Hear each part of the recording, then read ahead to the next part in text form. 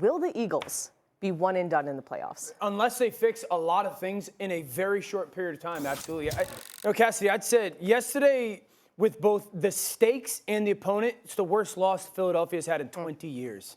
And think about just how the game ends. You're at home with basically a chance to make sure the division's still alive for you and number 2 seed in Arizona, who has nothing to play for when it comes to the grand scheme of things, walks right down the field and goes and takes the game from you. Defensively, the only person playing coverage well is Darius Slay. He obviously isn't playing right now. The linebackers can't cover.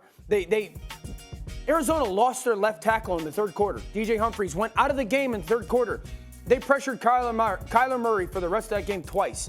Without his left tackle, they go right down the field and score.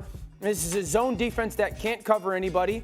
Offensively, I don't know who they are. Their offensive line isn't dominant anymore. They ran 26 plays after the first half, so 26 plays in the second half. One of them went to A.J. Brown.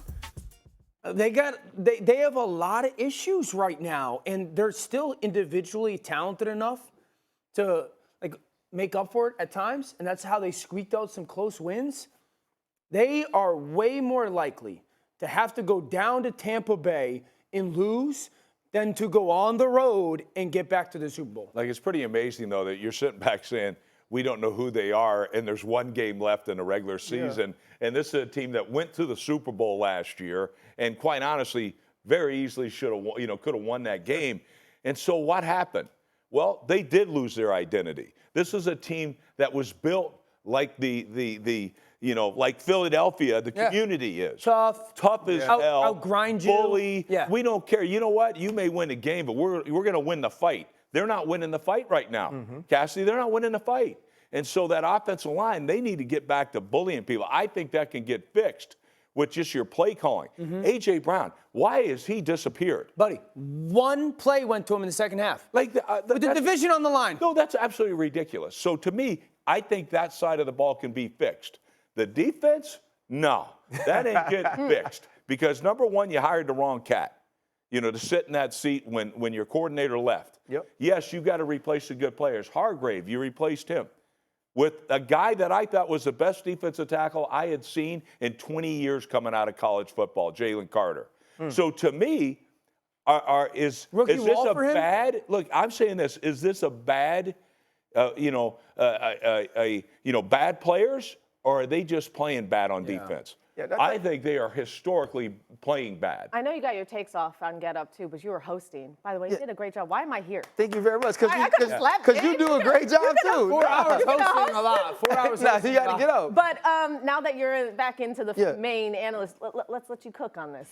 Honestly, I think we're all wrong. We're talking about we don't know who they are. Hell yeah, we do. And they ain't very good. Right. Yeah. Like that's what it is. This is a team that was supposed to be great. This was a GM in Howie Roseman that we said did everything right in replacing the players he needed to replace so the defense could be good. We thought that Nick Sirianni would get an opportunity to acquire the right offensive coordinator, the right defensive guy to have this team play at the same level. And you also expect there to be some carryover from the good players. Yeah. You expect the Darius Slays and you expect the Jalen Hurtses to find a way to make sure the rest of the guys, the new guys on this team, understand what the experience is like of trying to win the NFC East, what the experience is like of trying to win the NFC Championship. We aren't seeing that. And I think it makes you think back to that primetime game against the Minnesota Vikings, where two best friends are having an argument on the sideline about whatever it was, the Jalen Hurts, A.J. Brown conversation. And we thought that was a good conversation because A.J. Brown goes on this streak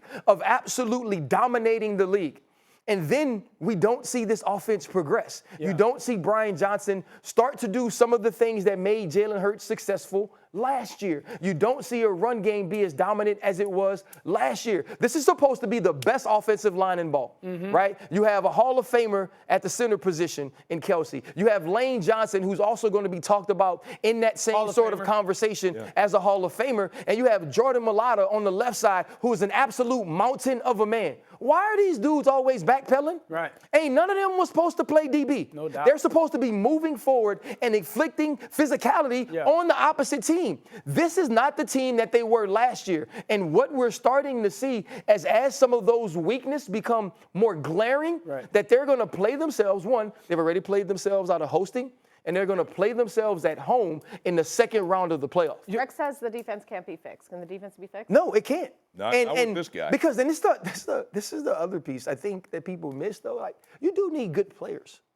Right? The only one who can cover right now is Darius. Right, you need good players. You're playing two rookies yesterday in Elias Ricks and Keely Ringo at the corner positions. Two dudes that I think will be good in the future, but they aren't now. Avonte Maddox, this is his first week back. He's missed the entire season. Reed Blankenship had to replace C.J. Gardner-Johnson. Nakobe Dean is hurt early. So what do you say? Yeah. It's going to be our defensive line, who we do have all of our dogs that are going to lead. Yeah. They aren't leading. Yeah. And so now this is a team, to me, that as much as we talked about the Dallas Cowboys being front runners in some sense of the word, this team seems to be playing that way down the stretch. So let's just look at this when it comes to 1 week left. We know who most of the teams are in the playoffs, unit by unit. Yep. Okay?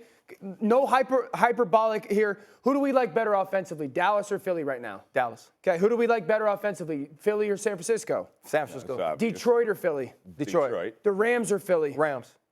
Okay, so those are the teams that are in. Offenses-wise, we like all those offenses or believe or have more trust in all those offenses more than Philly. We'll see who else gets in. Green Bay, I would say Green Bay's offense right now more than Philadelphia's. Yep. Does Seattle get a win? Defensively, I know the only defense that in the playoffs, maybe Green Bay? Yeah, defensively, you say they could play with the Rams maybe, right? We've seen the Rams show some cracks, but they can at least get a four-man rush as we saw yesterday. But I think the Detroit struggle. Yeah, the Detroit struggle. So, but like Detroit also just went on the road to Dallas where they scored 40 a game.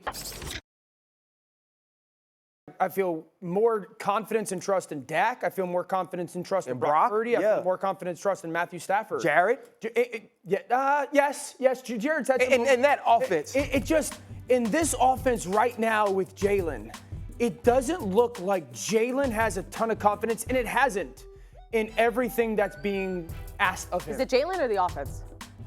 It's definitely the offense. I still think Jalen can flat out play. Right. I still, and even when he does throw the ball, he's throwing it. Like you see the throws, you're like, yep, that's the right throw. It's going to the right spot. I don't think he trusts the offensive line protection-wise ever since the Jets game. I think that Jets game totally impacted how much trust. Had 3 picks that day. And just the bailing of the pocket. I don't think they have a good plan versus blitzes. That could be a little bit of plan, a little bit of Jalen.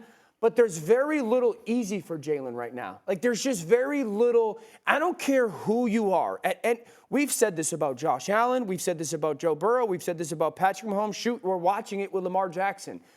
You have to give those guys some easy stuff at some point. It's like the opposite of Joe Flacco. Yeah, absolutely. And right now, it's just not happening in Philadelphia.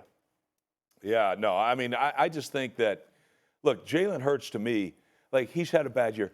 He's rushed for 15 touchdowns. Yeah. You know what I mean? Like, this guy's not the issue. It's just, I think that there's so much pressure on this offense because their defense absolutely stinks. They do. Yeah. And so now So the they're offense taking a constantly different chases approach. points. Yeah, and they're taking a different approach. Last year, they used to just bludgeon you with the running game. It's like, that's all right. We don't mind punting. Because you know what it is? It's like a heavyweight, like landing body blows. Yeah, we don't care. We'll punt.